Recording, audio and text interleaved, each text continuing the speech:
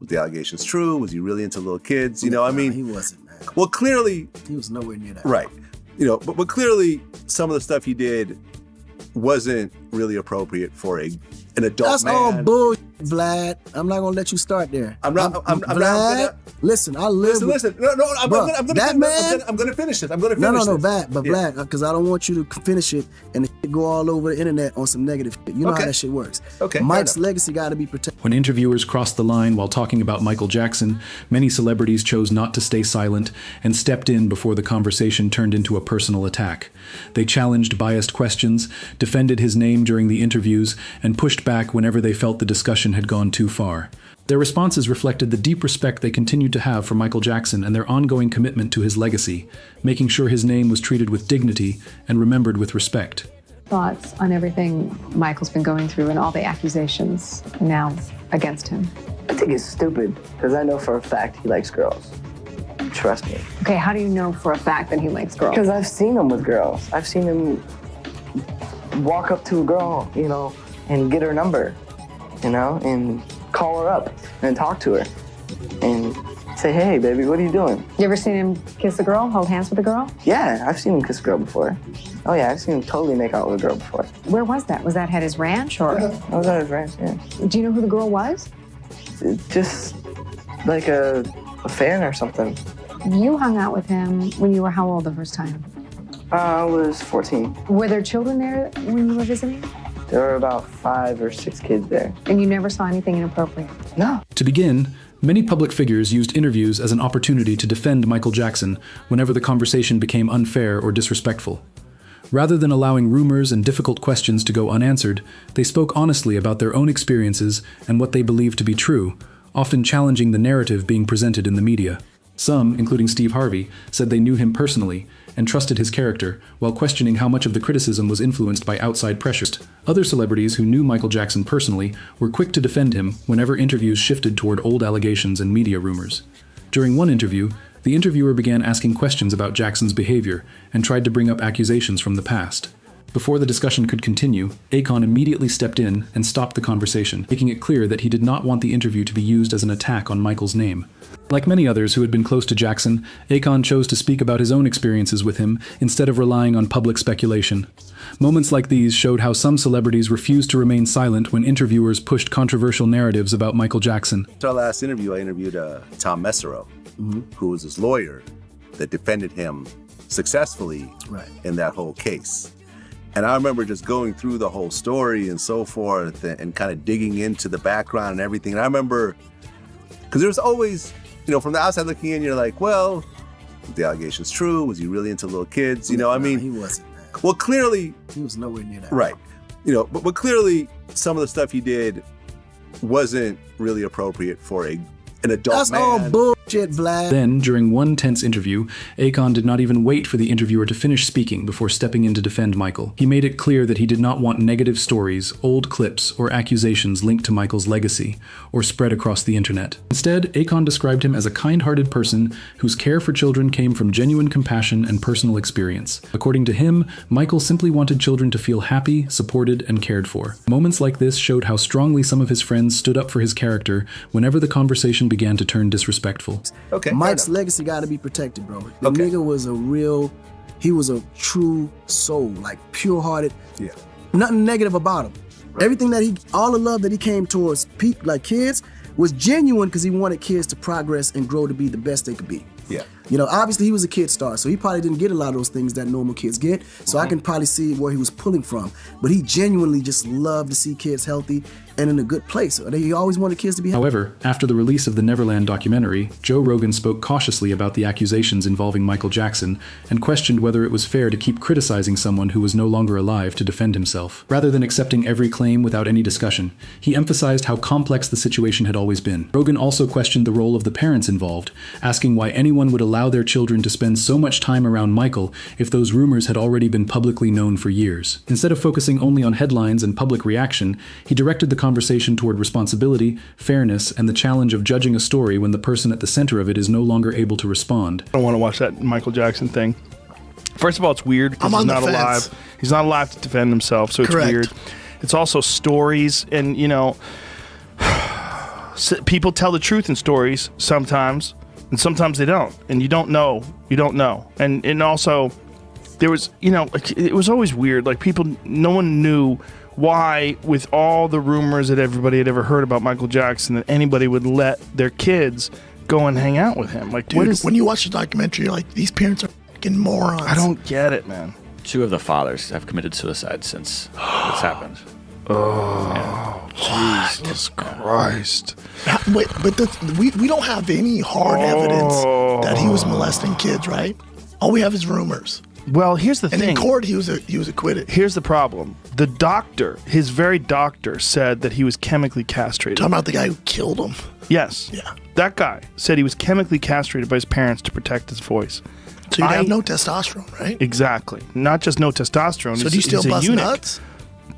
I mean, me? I don't think so. Meanwhile, singer Aaron Carter publicly defended Michael Jackson after recalling an experience in which he was questioned by authorities following a party appearance. During that conversation, he described facing intense and suggestive questions about the late star. Rather than going along with the direction of the questioning, he firmly rejected the accusations and stood by his own personal experience. He said that Michael Jackson had always been kind, welcoming, and generous toward him, choosing to focus on his hospitality instead of the controversy. His response reflected both loyalty and disbelief in the allegations, as he strongly pushed back against attempts to portray the situation negatively, insisting that his own experiences told a very different story. Limousine, I leave. I get back to the Sheraton Hotel at Universal, over here. There's 4 FBI agents waiting for me in the hotel room. And my mom's there and she's like, tell them what happened. And I'm like, what do you mean tell them what happened?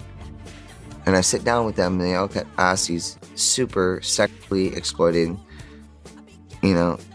questions, back-sided questions. And I knew that at my age already. And I looked at all 4 of them and I said, are y'all crazy? I said, what you think I'm gonna do? Tell you that Michael did something bad so that we can sue him for money? And I'm like, really? That man did nothing but be hospitable, kind, loving, giving, everything you can think of. We rode 4-wheelers for 5 hours, me, him, and Chris Tucker in the mountains at nighttime after his birthday party. Him and I hung out and talked pretty much all night. Got a couple hours of sleep. I wake up, he's not even in the room. He pulled out a cot for me in his room because I asked him, I was like, I want to hang out with you. I want to be around. It was Michael. Moreover, members of Michael Jackson's family also stepped forward to defend his name during one of the most widely followed legal battles of his career. She said, it is extremely rare for teenage boys to make false claims of inappropriate sexual conduct against a man in particular. This documentary is not telling the truth. There has not been not one piece of evidence that corroborates their story. And they're not interested in doing that. Some would say, though, guys, it's hard for you to sit here and say the documentary isn't telling the truth when you haven't seen the documentary. Shouldn't you see the documentary, I don't Jackie? care to say no, because I know my brother. I don't have to see the documentary. I know Michael. I'm the oldest brother. I know my brother. On the other hand, Michael Jackson's close friendships with Hollywood stars were often mentioned whenever people talked about his life away from the spotlight. Among those voices, Macaulay Culkin spoke openly about his relationship with him, describing a friendship based on ordinary moments rather than the public rumors surrounding Michael's name. He recalled spending time at Jackson's home and seeing him in a calm, everyday environment, far removed from fame and media attention. As conversations about Jackson's life continued, Culkin challenged the negative narrative by relying on his own personal experiences. In his view, everything surrounding Michael was deeply unfortunate, and he stressed that what he experienced was a genuine friendship, not anything suspicious or unusual. A case in 2005 where he was asked to take the stand. I mean, he was asked the question by Tom Mesereau. Did Mr. Jackson ever molest you? Wade absolutely said no, absolutely not. And I can tell you, had he did, I would not be here because he was in Michael's defense. Then Mr. Mesereau asked, has Mr. Jackson ever touched you sexually?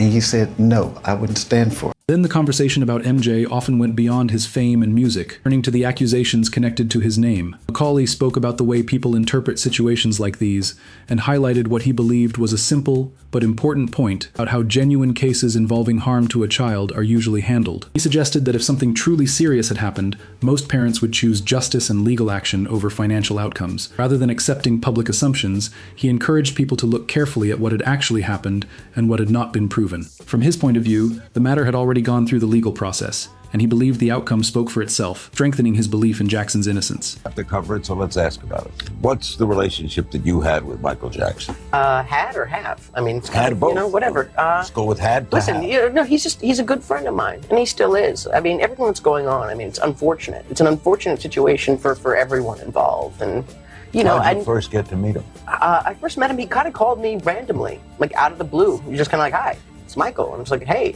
And the thing This is, was after Home Alone? This is after Home Alone. I actually had met him before I was doing Nutcracker. He was, you know, a family friend. What basically. happened at the house? That's what all these things It's, people you know, are that's concerned what's about. so weird, you know. What did happen? Nothing happened, you know. I mean, nothing really. I mean, we played video games, you know. We you know, played it at his Sleep in the amusement bed? park. Well, the thing is with that whole thing is that, you know, they go, "Oh, you slept in the same bedroom as him." It's like, I don't think you understand. Michael Jackson's bedroom is 2 stories. And it has like 3 bathrooms and this and that. So when I slept in his bedroom, yeah, but you have to understand the whole scenario. And the thing is with Michael is that he's not very good at explaining himself, and he never really has been, because he's not a very social person. I mean, you're talking about someone who's been sheltered and sheltering himself also. Meanwhile, some of Michael Jackson's closest supporters also spoke out forcefully when he faced public criticism and intense media attention. Among them, Elizabeth Taylor remained firmly at his side, offering emotional support during some of the most difficult periods of his life. In her view, she saw the pain he was experiencing and believed he had been treated unfairly by tabloids and television coverage. Rather than focusing on rumors, she described him as a gentle, trusting person who was deeply affected by the constant attention and accusations. From her perspective, the negativity surrounding him came from outside influences, not from the person she believed he truly was. She also called for an end to the harsh media treatment that followed him wherever he went. How do you think he likes young people? So It's because it's the same reason why he liked me, was the fact that I didn't care who he was. That was the thing. I talked to him like he was a normal human being. And that's what, and kids do that to him, because he's not, I mean, he's Michael Jackson, the pop singer, but he's not the god of, you know, the king of pop or anything like that. He's just, you know, a guy who's actually very kid-like himself and wants to go out there and wants to play video games with you. Did your and things parents like encourage it? They weren't against it. You know, it wasn't like they encouraged it or like pushing me upon it. It was just kind of like I wanted to hang out with him. Like, look what happened the first time this happened to him. You know, if someone had done something like that to my kid, I wouldn't just settle for some money. You know, I'd make sure the guy was in jail, you know, and it just really goes to show. I mean, as soon as, you know, they got the money and they ran, I mean, that's really what happened the first time. And so, you know, I don't know, it's a little crazy, and I kind of have taken a step back from the whole thing because it is a bit of a circus. And, you know, if the same thing was happening to me, I wouldn't want to drag him into it and vice versa. So I try my best to keep a distance from it. Elizabeth remained one of Michael Jackson's most loyal public supporters, often speaking with genuine emotion about his character during periods of intense media attention. In her closing remarks, she highlighted his kindness, especially toward children, and insisted that no amount of public criticism could take away the compassion she believed defined him. She described him as someone who possessed both beauty and truth in his character, even while living through constant judgment and personal challenges. Rather than allowing outside opinions to shape his identity, she emphasized his inner goodness and lasting influence. From her point of view, his legacy and value could never be diminished. She ended by reaffirming her belief that he would always be remembered as a uniquely talented and iconic figure. Michael, we who know you more intimately than others acknowledge the suffering you have endured because we have suffered with you.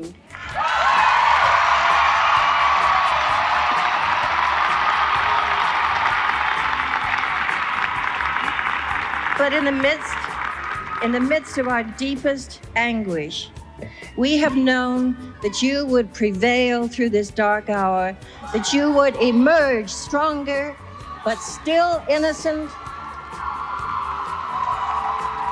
childlike, trusting, bruised, but still magically untouched by the tongues and opinions of the world, despite the slings and arrows of those who knew no better. Enough of tabloid media. In fact, Faison Love reflected on a personal experience involving Michael Jackson that he later admitted he had handled poorly because he was caught off guard and misunderstood the situation.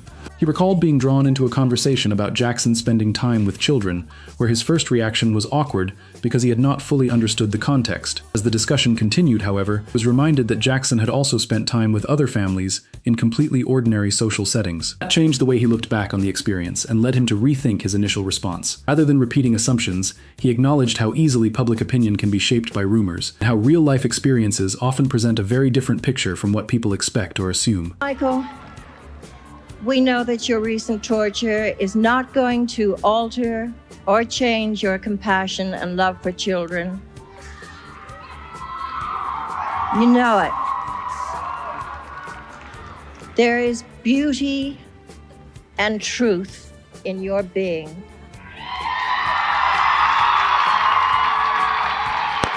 You are the brightest star in the universe.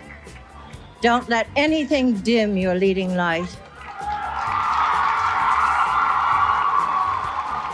And neither persons nor circumstances can ever take it away from you. And surely, Michael, you still are the king of pop without a doubt.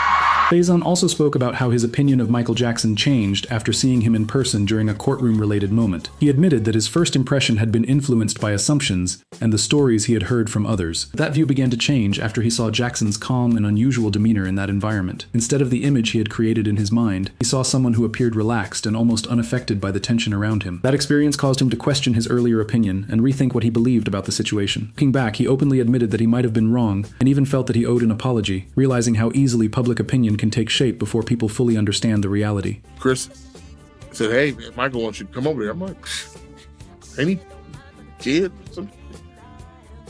It was the dumbest thing I ever said in my life.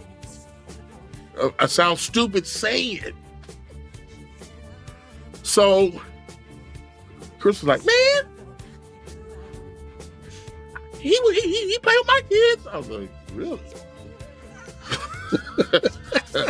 Right. And they was hanging out. Him, Eddie Griffin, they was all hanging out. Meanwhile, people who were closely involved in Michael Jackson's legal battles have also shared their perspective on how he felt about earlier court decisions and the advice he received at the time. One of his attorneys, Thomas Mesereau, later spoke about private conversations in which Jackson expressed regret over settling a major case in the 1990s instead of taking it to trial. According to his account, Jackson believed he would have been cleared in court, but agreed to a settlement after legal and business advisors encouraged him to avoid a long and highly public legal battle. This reflection shows the pressure and complexity surrounding his legal history, revealing how decisions made behind the scenes continued to influence discussions about his reputation years later. You guilty. You are there before the doors open, coffee, looking, is this the right courtroom? Because you know, Michael was like, "This is some bullshit." Well, when I saw him dance on top of the car, I said, "Oh no." Well, that was after he won. No, it was not. No, it was after he won. No, it was not. Okay, maybe I'm wrong. I know you're wrong. Maybe I'm wrong. Okay. It was the first day he got there with pajamas. I was like, he's innocent. I owe him an apology. Ultimately, Diana Ross also publicly expressed deep affection and unwavering loyalty toward Michael Jackson, often speaking about him in a way that extended far beyond an ordinary friendship within the entertainment industry. Michael Jackson told me in no uncertain terms that settling that case in 1994 was the biggest mistake he'd ever made. He should never have settled it. He should have fought it through a trial. He would have won. It was an absurd case. But he was advised, he told me, by lawyers, by business advisors, to settle it and get rid of it. If you enjoyed this breakdown, be sure to like the video, subscribe for more content, and turn on notifications so you don't miss the next one.